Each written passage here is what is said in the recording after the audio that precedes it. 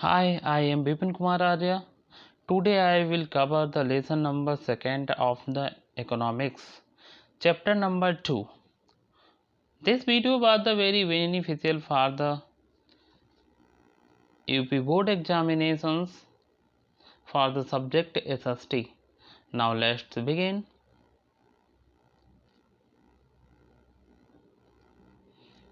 Class 10th NCERT Solutions Economics chapter number 2. First सबसे पहले हम स्टार्ट करते हैं बहुविकल्पी प्रश्न यानी कि ऑब्जेक्टिव टाइप प्रश्न। प्रत्येक क्वेश्चन 1 मार्क का होता है और यहाँ पर पहला आप लोगों के लिए क्वेश्चन दिया हुआ है, ग्रामीण क्षेत्रों में आजीविका का मुख्य स्रोत है। तो यहाँ पर पीडीएफ में आपके साथ में आंसर भी दिए हुए हैं, तो खैर उसके लिए कोई प्रॉब्लम नहीं, आप आंसर भी साथ में सीखते जाइए। मैं जो भी हो सकूँगा उनका एक्सप्लेनेशन अपनी तरीके से I will try my best, जितना भी होगा मैं अपनी तरफ से पूर्ण कोशिश करूँगा अच्छा से अच्छा करने की। जस्ट वेट, मैं 1 मिनट। ओके। ग्रामीण क्षेत्रों में आजीविका का मुख्य स्रोत है नौकरी, कृषि, व्यापार, उद्योग। ग्रामीण गांव के क्षेत्रों में जो है व्यापार नहीं, उद्योग बिल्कुल नहीं, सीधे आपका ऑप्शन नंबर बी सही है, कृषि।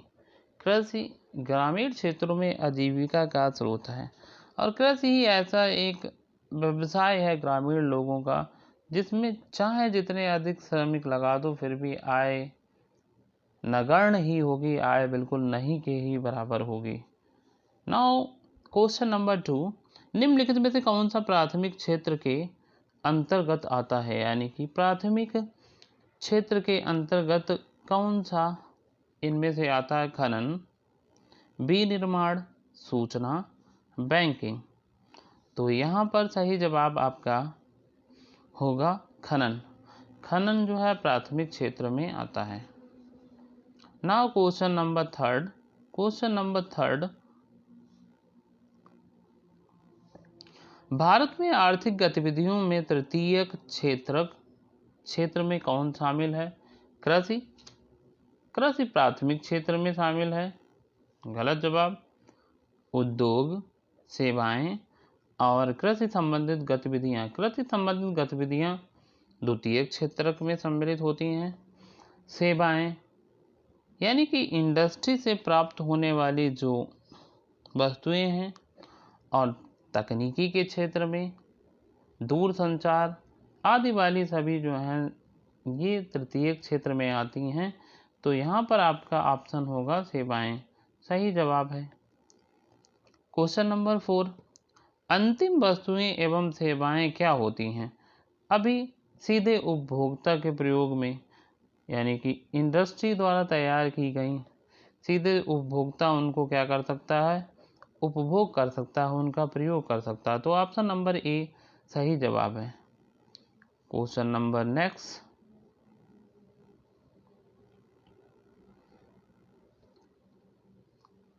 किसी विशेष वर्ष में उत्पादित डैश के मूल्य के कुल योगफल को जीडीपी कहते हैं। सभी वस्तुओं और सेवाओं, ऑप्शन नंबर बी सभी अंतिम वस्तुओं और सेवाओं, ऑप्शन नंबर सी सभी मध्यवर्ती वस्तुओं और सेवाओं, ऑप्शन नंबर डी सभी मध्यवर्ती एवं अंतिम वस्तु और सेवाओं। तो ऑप्शन नंबर बी यहाँ पर सही जवाब है, सभी अंतिम वस्तुएं और सेवाएं। नाउ क्वेश्चन नंबर 6, संगठित क्षेत्र के अंतर्गत कौन सा अधिनियम शामिल है? कारखाना अधिनियम, मजदूरी अधिनियम, ग्रेच्युटी अधिनियम, सभी। तो उपयुक्त में यहाँ पर सभी जवाब जो हैं सही हैं। नाउ नेक्स्ट क्वेश्चन नंबर 7, निम्नलिखित में से कौन सा संगठित क्षेत्र का लाभ है?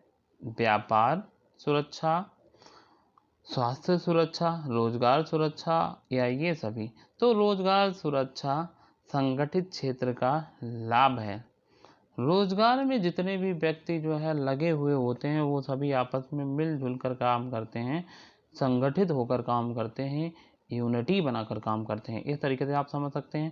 क्वेश्चन नंबर 8, स्वामित्व के आधार पर अर्थव्यवस्था क्षेत्र को कितने भागों में विभाजित किया है?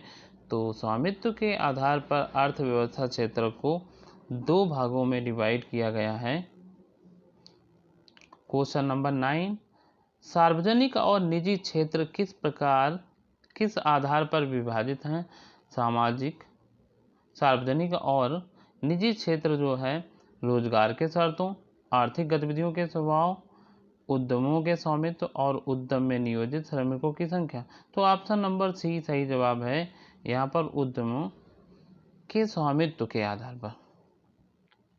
नाउ नेक्स्ट क्वेश्चन, सार्वजनिक क्षेत्र में किसका स्वामित्व होता है? सार्वजनिक क्षेत्र में किसका स्वामित्व हो सकता है? सार्वजनिक क्षेत्र में सरकार का सबसे ज़्यादा स्वामित्व होता है, यानी कि सरकार सर्वोपरि होती है इसमें।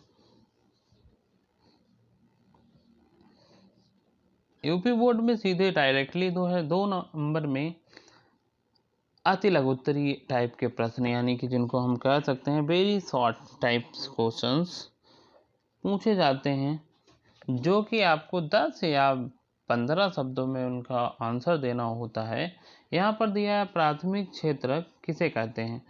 तो यहाँ पर आप सीधे पढ़ सकते हैं कि प्राथमिक क्षेत्रक जब आर्थिक क्रियाओं में मुख्य रूप से प्राकृतिक संसाधनों के इस्तेमाल में उत्पादन किया जाता है, प्राथमिक क्षेत्रक कहलाते हैं।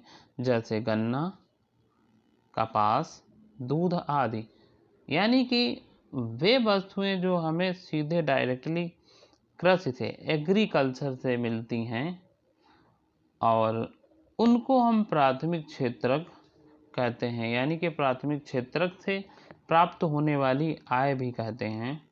क्वेश्चन नंबर 2, यहाँ पर क्वेश्चन नंबर 2 दिया हुआ है, प्राथमिक क्षेत्रक और किस नाम से इसको जानते हैं? तो प्राथमिक क्षेत्रक को कृषि और सहायक क्षेत्रक के नाम से जाना जाता है, जैसा कि अभी मैंने इससे पहले बताया। क्वेश्चन नंबर 3, प्राथमिक क्षेत्रक के कोई 2 उदाहरण दीजिए। प्राथमिक क्षेत्रक के 2 उदाहरण, मछुआरा और माली। मछुआरा तालाब या नहर, नदियों से क्या करता है? मछलियाँ पकड़ता है, जो कि एक एग्रीकल्चरल उसमें आता है। और माली बगीचे में जो है फूल उत्पादन करता है, वो भी एग्रीकल्चर से संबंधित है। नाउ क्वेश्चन नंबर 4, द्वितीयक क्षेत्रक किसे कहते हैं? द्वितीयक क्षेत्रक में क्या आता है? जब प्राकृतिक उत्पादक को विनिर्माण का मतलब होता है उनके स्वरूप में परिवर्तन कर प्रणाली के द्वारा अन्य रूपों में परिवर्तित किया जाता है, द्वितीयक क्षेत्रक कहलाते हैं। जैसे कपास से रेशे, कपास की फसल को उगाया जाता है, जब कपास उसमें रेशे तैयार हो जाते हैं तो उससे रेशे बनाए जाते हैं। उस कपास को जो है कंपनियों को बेच दिया जाता है और कंपनियां उससे क्या करती हैं? थ्रेड, धागे तैयार करती हैं। और दूसरा आंसर हो सकता है कि गन्ने से चीनी, गन्ना जो है मिल लेता है और मिल क्या करता है? चीनी को बनाता है, यानी कि गन्ना जो है मिल प्रोडक्ट है। मिल जो है क्या करता है? उसको चीनी में परिवर्तित कर देता है, विनिर्माण कर देता है। नाउ क्वेश्चन नंबर 5, द्वितीयक क्षेत्रक को और किन नाम से जाना जाता है? द्वितीयक क्षेत्र को औद्योगिक क्षेत्रक के नाम से जाना जाता है। It depend on the industry fully, पूर्ण रूप से यह जो है इंडस्ट्री पर डिपेंड करता है, निर्भर करता है, तो इसे द्वितीयक क्षेत्रक में हम शामिल करते हैं, द्वितीयक क्षेत्रक भी इसको कहते हैं। क्वेश्चन नंबर नेक्स्ट, द्वितीयक क्षेत्रक के कोई 2 उदाहरण दीजिए। द्वितीयक क्षेत्रक के 2 उदाहरण, दर्जी और टोकरी बुनकर, दोनों द्वितीयक क्षेत्रक के उदाहरण हैं। मिट्टी से ईंट का निर्माण और फिर ईंट से घरों का निर्माण किस क्षेत्रक के अंतर्गत आता है? मिट्टी से ईंट का निर्माण और फिर ईंट से घरों का निर्माण जो है द्वितीयक या औद्योगिक क्षेत्र के उदाहरण हैं। यानी कि मिट्टी से ईंट का निर्माण किया जाता है और ईंट से मकान का निर्माण जो है औद्योगिक क्षेत्र का उदाहरण है। इस प्रकार हम इसको आप समझ सकते हैं। तृतीयक क्षेत्र को किस उपनाम से जानते हैं? तृतीयक क्षेत्र को सेवा क्षेत्र के उपनाम से भी हम जानते हैं। क्वेश्चन नंबर 9, वस्तुओं के बजाय सेवाओं का सृजन किस क्षेत्र के अंतर्गत होता है? वस्तुओं के बजाय सेवाओं का सृजन तृतीयक क्षेत्र या सेवा क्षेत्र के अंतर्गत होता है। Now question number 10, software company, internet cafe, call centre किसके उदाहरण हैं?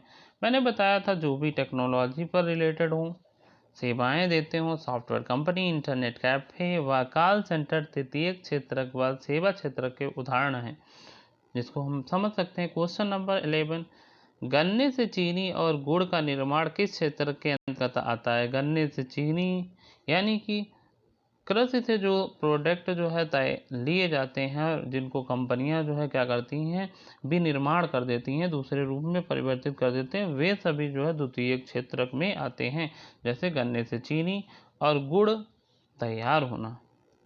क्वेश्चन नंबर 12, मत्स्य डेयरी वन और कृषि से प्राप्त प्राकृतिक उत्पादन किसका उदाहरण है? मत्स्य डेयरी वन व कृषि से प्राप्त प्राकृतिक उत्पादन प्राथमिक क्षेत्र या कृषि एवं सहायक क्षेत्र के उदाहरण हैं। जो भी कृषि से सीधे संबंधित प्राप्त चीजें प्राथमिक क्षेत्र के उदाहरण होते हैं, जो कि हमारी आय में वृद्धि करते हैं। अंतिम वस्तुएं एवं सेवाओं की गणना द्वारा क्या प्राप्त किया जाता है? अंतिम वस्तुएं और सेवाओं की गणना के द्वारा सकल घरेलू उत्पाद प्राप्त किया जाता है, जिसको हम लोग जीडीपी कहते हैं। नरेगा कब तैयार किया गया था? नरेगा एक प्रोजेक्ट गवर्नमेंट के द्वारा सन 2005 में चलाया गया था, जिसको मनरेगा या नरेगा के नाम से जानते हैं, जिसमें जो है 100 दिनों की रोजगार जो है ग्राम पंचायत द्वारा मुहैया कराया जाता है। तो इस प्रकार इसमें जो है सड़कों का निर्माण करना, रोड का निर्माण करना, तालाबों का खोदना और रास्तों का चौड़ीकरण वगैरह, इस प्रकार की जो है चौड़ीकरण व्यवस्था जो है इसमें सम्मिलित होती है। तो नरेगा में कितने दिनों के रोजगार की बात कही गई है? 9। तो नरेगा में जो है 100 दिनों के रोजगार की बात कही गई है। अगर जो कार्य करता उसको 100 दिनों का रोजगार जो है 15 दिन के अंदर मुहैया नहीं कराया जाता है, तो उसको बेरोजगारी भत्ता प्रदान किया जाता है। ऐसा भी प्रावधान है। नरेगा को अब किस नाम से जानते हैं? नरेगा अब मनरेगा यानी कि महात्मा गांधी राष्ट्रीय ग्रामीण स्वरोजगार गारंटी योजना के नाम से अब इसको जाना जाता है। संगठित क्षेत्र की विशेषता बताइए। रोजगार की नियमित अवधि एवं लोगों के पास सुनिश्चित काम संगठित क्षेत्र की विशेषताएं हैं। रोजगार सुरक्षा की गारंटी किस क्षेत्र के कर्मचारियों को मिलती है? तो रोजगार सुरक्षा की गारंटी संगठित क्षेत्र के कर्मचारियों को मिलती है। संगठित क्षेत्र के वे कर्मचारी जो निश्चित समय पर एक फैक्ट्री, कारखाने में काम करने के लिए जाते हैं और निश्चित समय तक उनका कार्य होता है, उनके द्वारा कार्य किया जाता है, उसके बाद में उनको छुट्टी प्रदान की जाती है। स्वामित्व आधारित क्षेत्र को कितनी श्रेणियों में वर्गीकृत किया गया है? स्वामित्व आधारित क्षेत्र को 2 श्रेणियों में वर्गीकृत किया गया है। सार्वजनिक और निजी क्षेत्र, जिसको हम कह सकते हैं। यहाँ पर क्वेश्चन नंबर 20, रेलवे किस क्षेत्र का उदाहरण है? रेलवे सार्वजनिक क्षेत्र का उदाहरण है, क्योंकि रेलवे पर पूर्णतः जो है गवर्नमेंट का कंट्रोल है। जिस क्षेत्र में परिसंपत्तियों पर सरकार का अधिकार होता है वह कहलाती है। जिस क्षेत्र पर परिसंपत्तियों पर सरकार का अधिकार होता है वह सार्वजनिक क्षेत्र कहलाती है। निजी क्षेत्र में परिसंपत्तियों पर स्वामित्व और वितरण की जिम्मेदारी किस पर होती है? निजी क्षेत्र में परिसंपत्तियों पर स्वामित्व और वितरण की जिम्मेदारी एकल व्यक्ति या कंपनी पर होती है। रिलायंस इंडस्ट्रीज किस क्षेत्र का उदाहरण है? रिलायंस इंडस्ट्रीज निजी क्षेत्र का उदाहरण है, क्योंकि जाहिर सी बात है वो किसी व्यक्ति की निजी कंपनी है, ना कि सरकार की कंपनी है। तो आज के लिए इस लेसन नंबर 2 में इतना ही। और यदि आपको इस वीडियो में अच्छा लगा हो, पढ़ने में अच्छा आया हो, समझ में आया हो, तो आप इस वीडियो को लाइक और चैनल को सब्सक्राइब करें और अपने अन्य मित्रों को भी भेजें। Thanks for watching my video.